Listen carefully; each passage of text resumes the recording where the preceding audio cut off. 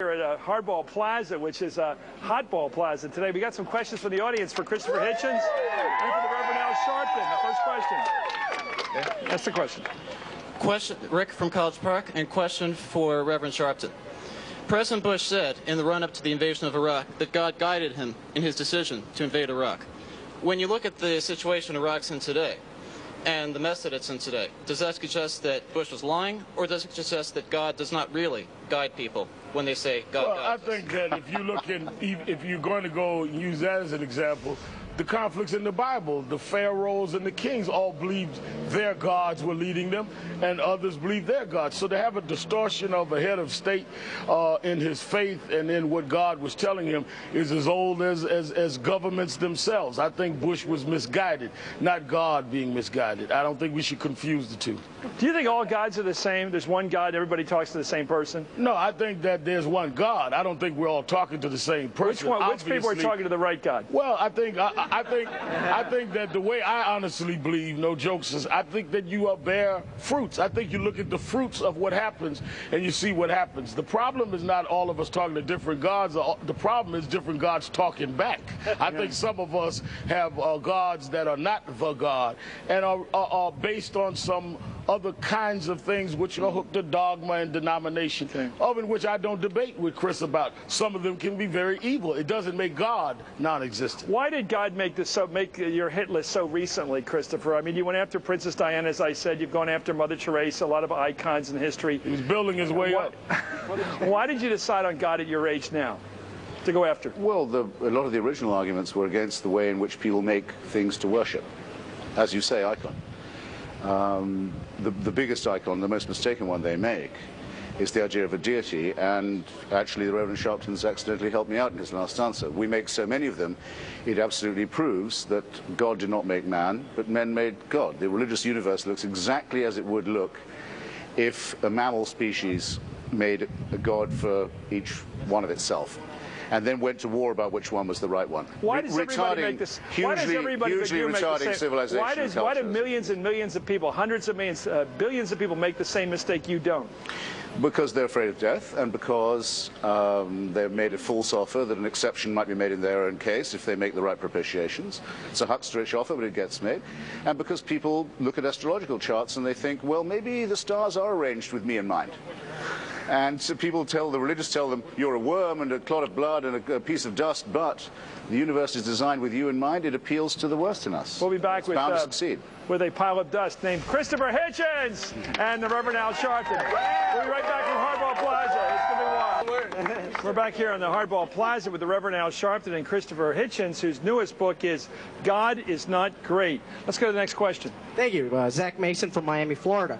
In particular, this question is for Chris. One of the big problems in the 21st century for the American people is that issue of fear. Now, when you're sitting at a table, I believe in God, all right? And there are many people who are atheists who are my friends. I forget the pun, can break bread with them. But the issue here today is why, if you're going to make policy in the Middle East, one of the biggest components of that are religious leaders. And yet, here today, you are saying, let's use these belligerent words. Let's use cold and capricious words and say, this is the way it has to be written. How do you respond on that? I don't understand a blind word you're saying. Clarify? Well, neither does the president. He supports the Middle East policy, so don't feel bad. Fair enough. Well, seemed like a waste of a question to me. Are you saying that because there are so many religious people, one should not speak what one feels about religion? There are people who believe in God, myself included. Yes, and you were saying that those people are in this fringe group. We don't know what's going on. So if you're going to do that, what evidence, what proof are you bringing to the table? In the case of these words, the words you use, it's just fear. It's a fear component. That's not what the American people need right now. And I think Reverend Sharpton would agree with me on this. Well, you're not claiming your book is therapeutic. I'm sorry, your question is still gibberish. I'm terribly sorry. Let's move on. Next question, sir. Yes. Jeff from Washington, D.C. Reverend Sharpton, is it hypocritical of you to criticize the Latter-day Saints when you don't criticize your own faith? I do criticize my own faith. I think that a lot of people that are in my own denomination has been very inactive, have been very apathetic, and in some cases outright cowards.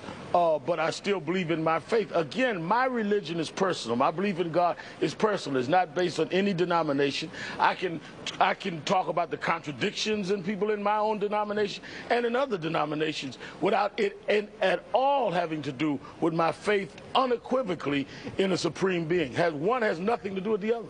Let's listen to something you said, Reverend Sharpton, before on the topic of the LDS Church. Let's listen.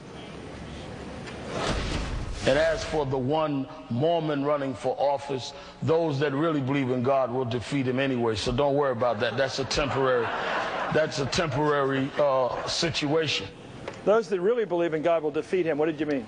I was really talking about Mr. Chris here had gone through this litany of what all religious people had done. And I believe religious people, for the large part, will be the majority of the voters according to polls anyway. Right. And that he'll be defeated. It won't be because of his denomination. It'll be by the same people that he thinks, meaning Chris, has no real good judgment in the world. But I went and met with the Mormons. I met with Elder Ballard. I met with others. But you believe they really believe in God? I believe they believe in God. They don't believe in God in the way I do, but neither does any other denomination. But I believe they believe in God. If I could say a word, because it's largely my fault that Reverend Sharpton made that intervention, whereas you can see he was trying to be amusing. I mean, I had said, look, with George Romney, you have to ask this question, which people would decline to ask because they're embarrassed, because they don't want him to reply, are you questioning my faith? And the question would be this. Until the mid-1960s, the Mormon Church was an officially racist organization, that worse than the Ku Klux Klan, that openly said black people did not have souls, could not serve at the altar in its churches, were barely admitted to membership. They made the change just in time for the passage of the Civil Rights Act, which to me casts a real doubt on the sincerity of the revelation that they said made them make the change.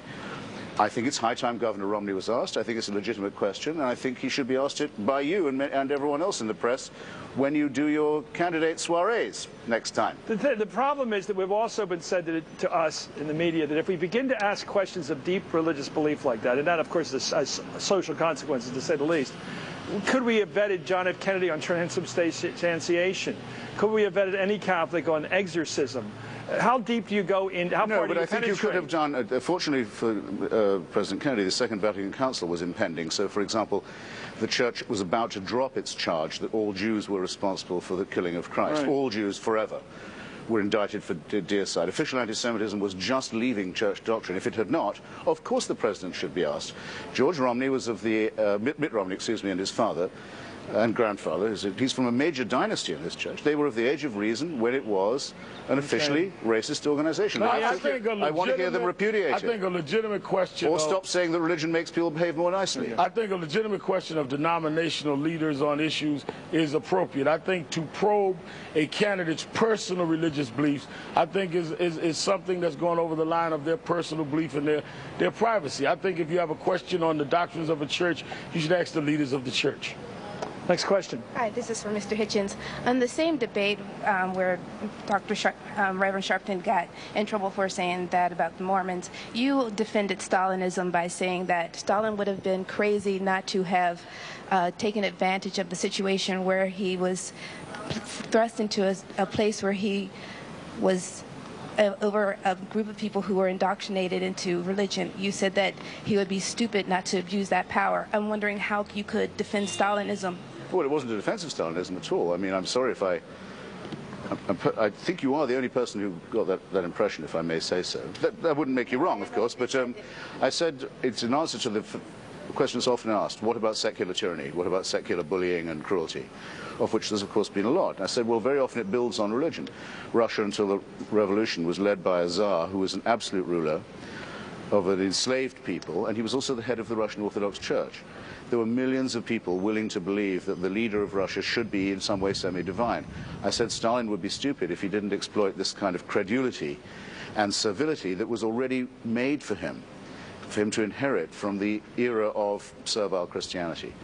And I went on to say what I believe, which is if you want to have an argument on this, you have to point to a society that adopts the ideas of Jefferson and Thomas Paine and Spinoza and Einstein and Galileo that's fallen into tyranny before you can have a level playing field with the Inquisition with slavery, with the Crusades, and all the crimes of the religious. Reverend Sharpton, it used to be when we were growing up. Now. I'm a bit older than you, and as well as older than Christopher, but it seems to me back in the 1960 campaign, one could argue that religion had no place in politics, and John Kennedy was able to say, my religion's irrelevant, simply my patriotism should be the issue. And yet today you have the Roman Catholic Church through its bishops challenging the rights of Catholic office holders to take positions for abortion rights. They say you basically have to be for imprisonment of people involved with abortion, or else you're not a Catholic and you'll be excommunicated.